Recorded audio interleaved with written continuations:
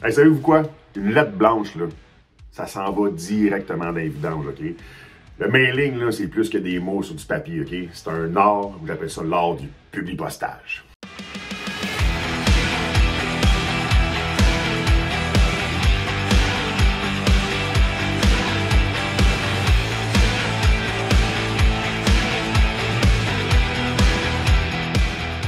Donc, écoute, publipostage, c'est vieux comme la terre, on s'envoie des lettres depuis des centaines d'années, c'est une vieille technique, avec les internets, on peut penser que c'est révolu, mais non, guys, OK? Envoi de lettres, le bon vieux mailing, là, si je peux m'exprimer ainsi dans mon jargon, c'est un de mes funnels, c'est une des stratégies d'acquisition les plus payantes, OK?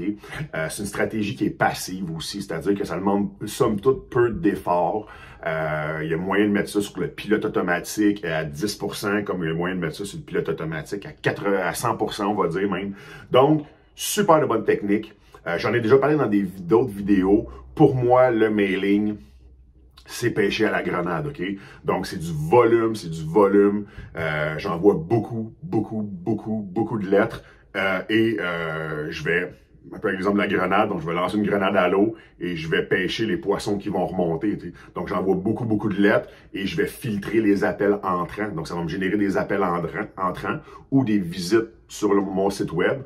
Dans tous les cas, je veux que ces gens-là me rejoignent pour que je puisse les qualifier. Donc, les qualifier au téléphone pour savoir si je me déplace pour visiter la propriété ou si j'archive le dossier. T'sais.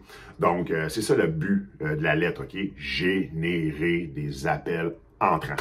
Donc, aujourd'hui, je vais vous parler des règles générales du mailing, OK? Je pourrais en parler pendant des heures, je fais des formations complètes sur le sujet. Donc, aujourd'hui, je vais vous parler de plusieurs points que vous devriez observer ou prendre en considération dans votre envoi de mailing. Donc, premièrement, écoute, moi, j'ai une grosse révélation quand j'ai été me faire coacher aux États-Unis sur les KPI, OK? En français, en anglais, les Key Performance Indicators ou en français, je suis moins habitué, donc les indicateurs de performance clés, OK? On est arrivé là-bas, moi et mon partenaire à l'époque, on envoyait beaucoup de lettres, on envoyait une lettre, on envoyait plusieurs types de dossiers, puis on traquait, on mesurait absolument rien. Okay? Le taux de rappel sur les successions, sur les avis de 60 jours, les hypothèques légales, sur les lettres de prospection de quartier, on traquait rien, on mesurait rien et on avait donc absolument rien à dire à nos coachs là-bas. Puis ils nous ont ramassé, guys, comment vous voulez qu'on aide votre business, comment que vous voulez qu'on vous aide si vous ne traquez rien, vous n'avez aucune mesure de ce qui fonctionne puis de ce qui fonctionne pas, OK?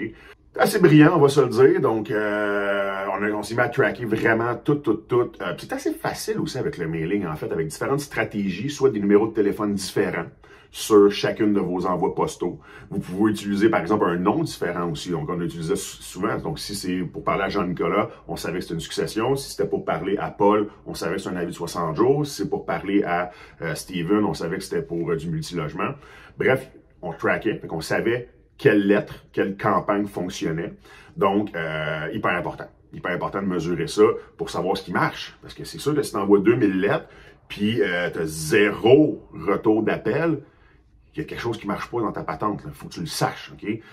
Puis si au contraire, je vais amener un autre exemple, je vais un peu plus loin. Si tu envoies plusieurs lettres, puis là tu te rends compte que c'est ta quatrième qui est efficace, mais peut-être que c'est une question de timing, peut-être une question des mots que tu utilises dedans. C'est important de tracker, guys. Okay? C'est important de tracker le taux d'ouverture. Okay? Votre premier paramètre, il faut que votre lettre se fasse ouvrir. Première affaire, je vous le dis, la plupart des successions, avis de 60 jours, etc., ils vont recevoir plusieurs lettres.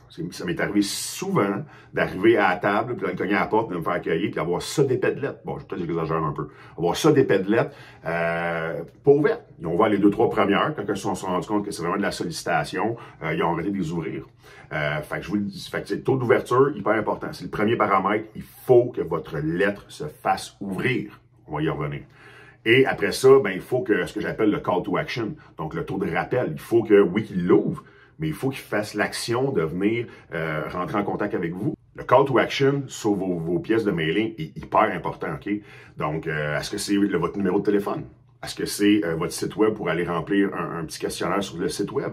Bref, ça prend un call to action, OK, le plus simple possible. Si vous utilisez le téléphone, guys, là, répondez au téléphone. 100% du temps. OK? Donc, prenez un nouveau numéro dédié à ça, mais il faut répondre au téléphone tout le temps.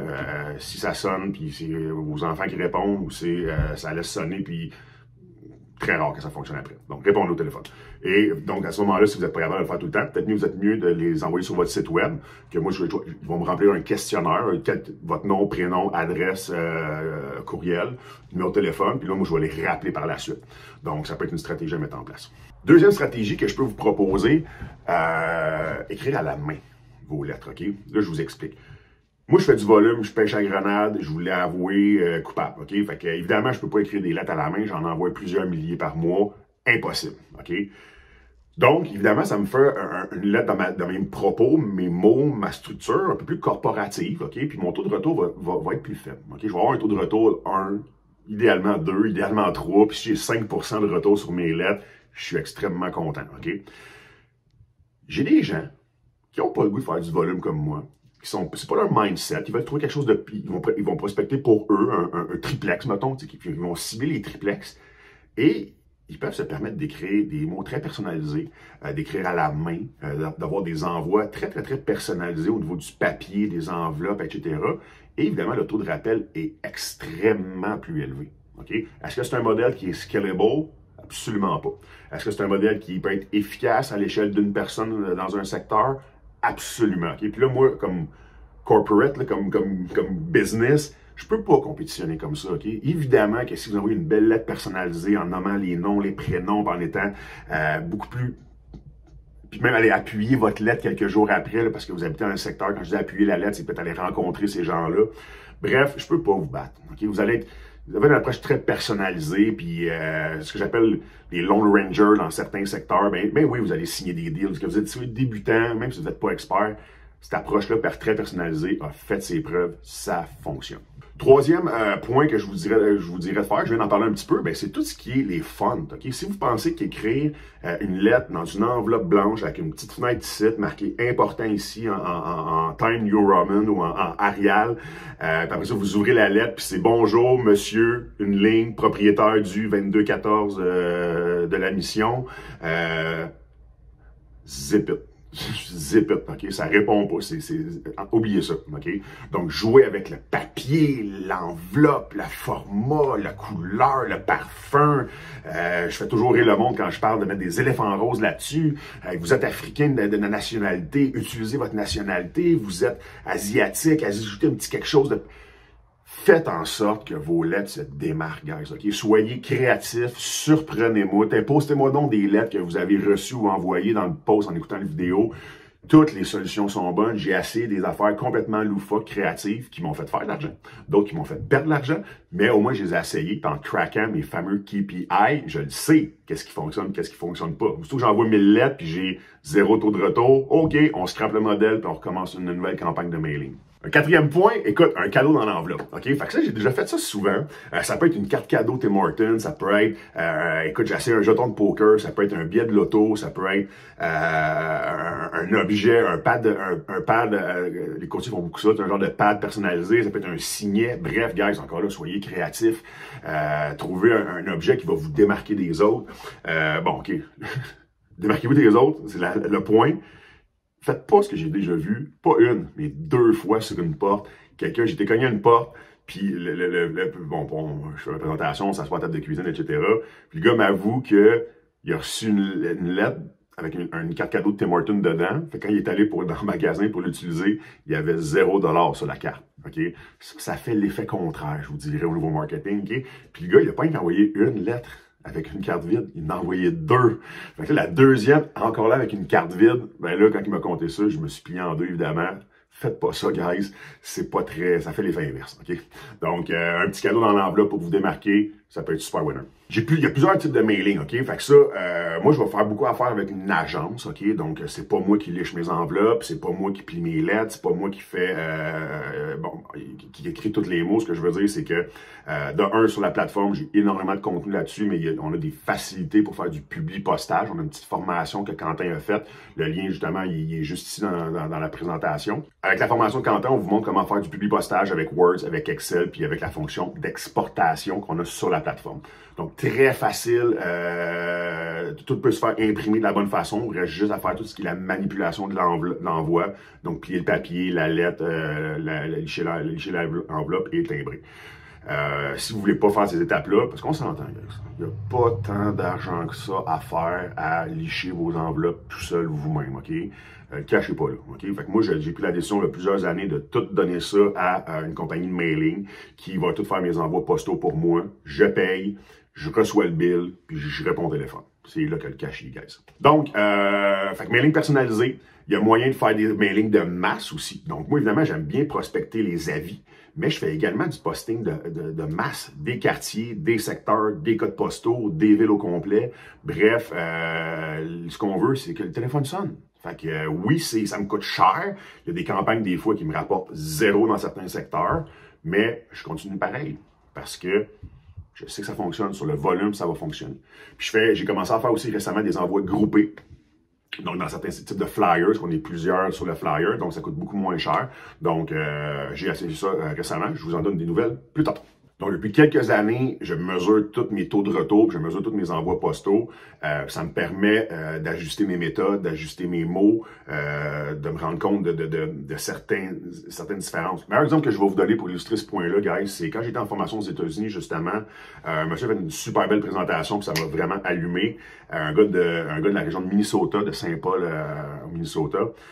Lui s'était rendu compte que quand il envoyait des lettres aux successions, les veuves, en fait, son taux d'appel pas content, okay, son taux d'appel d'insultes puis de unqualified qui disait était beaucoup plus élevé chez les veuves.